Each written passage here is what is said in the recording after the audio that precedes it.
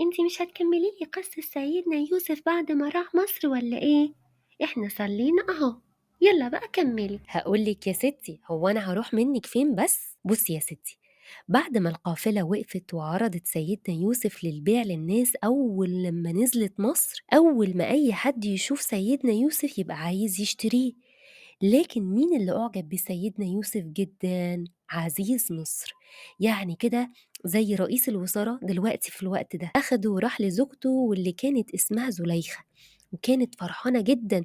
وزي ما مذكور لنا في القرآن الكريم، بسم الله الرحمن الرحيم: وقال الذي اشتراه من مصر لامرأته أكرمي مثواه عسى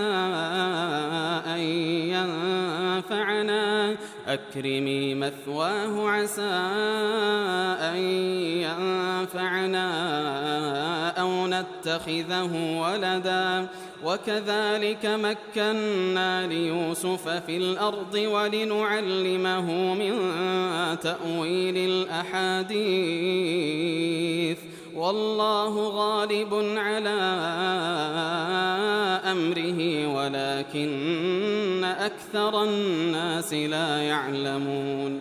لأن هم ما كانوش بيخلفوا. ولما عزيز مصر لاحظ ذكاء سيدنا يوسف وعمله وفطنته وأمانته، عينه رئيس الخدم ومسكه كل شؤونه. بعد ما كبر وبقى شاب، بقى جميل ووسيم جدا جدا جدا. زوجة العزيز برغم ان هي كانت اكبر من سيدنا يوسف، لكن طلبت منه ان هو يحبها وان هو يخونها مع زوجها.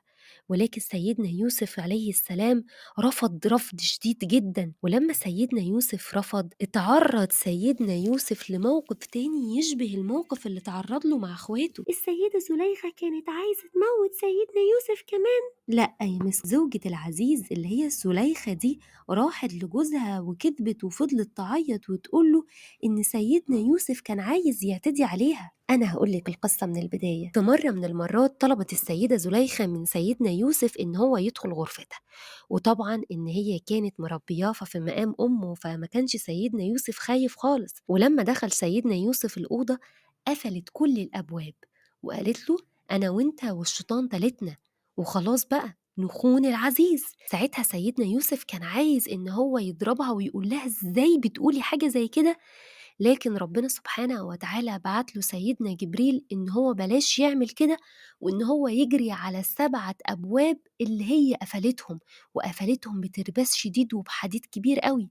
وكان من معجزة ربنا سبحانه وتعالى إن هو كان كل ما يجري على باب من الأبواب كان الباب بيتفتح والحديد كان بيتفك وبيتشال من غير حتى ما يلمسه. فسبحان الله، دي معجزة كبيرة قوي يا ماما. سبحان الله يا مسك. وبعد كده أول ما وصلوا بقى للباب الأخير، الباب السابع، فتح العزيز الباب. فوقتها السيدة زليخة كانت عايزة إن هي تقول له ما تهربش، وراحت مسكاه من ظهره وشدته جامد، فقطعت القميص من الظهر. ساعتها أول بقى ما شافت إن العزيز دخل عليهم، كدبت وقالت: شفت يوسف اللي احنا ربناه، شفت يوسف اللي احنا أحسننا مثواه وأكرمناه، عايز يعمل فيا إيه؟ عايز يعتدي عليا ويخونك. وقلبت الآية. ساعتها سيدنا يوسف قال له: والله ما حصل، العكس هو اللي حصل، هي اللي كانت عايزة تخونك معايا. ساعتها العزيز ما كانش عارف يعمل إيه، لأنه هو عارف أخلاق سيدنا يوسف كويس لأنه هو اللي مربيه. ساعتها ربنا سبحانه وتعالى قال معجزة تانية برضو، إن سيدنا يوسف ربنا أنزل ليه ملك يقول إن هو يشاور على طفل رضيع عمره أيام، وهو اللي هيقول الحل. مسك مسك، دلوقتي الأذان ادن، ولو استنينا شوية الصلاة اللي بعدها تيجي علينا. خلينا نقوم نصلي، وبعد كده هرجع أكمل لك القصة التحفة دي. تمام؟ ماشي يا ماما، يلا بينا.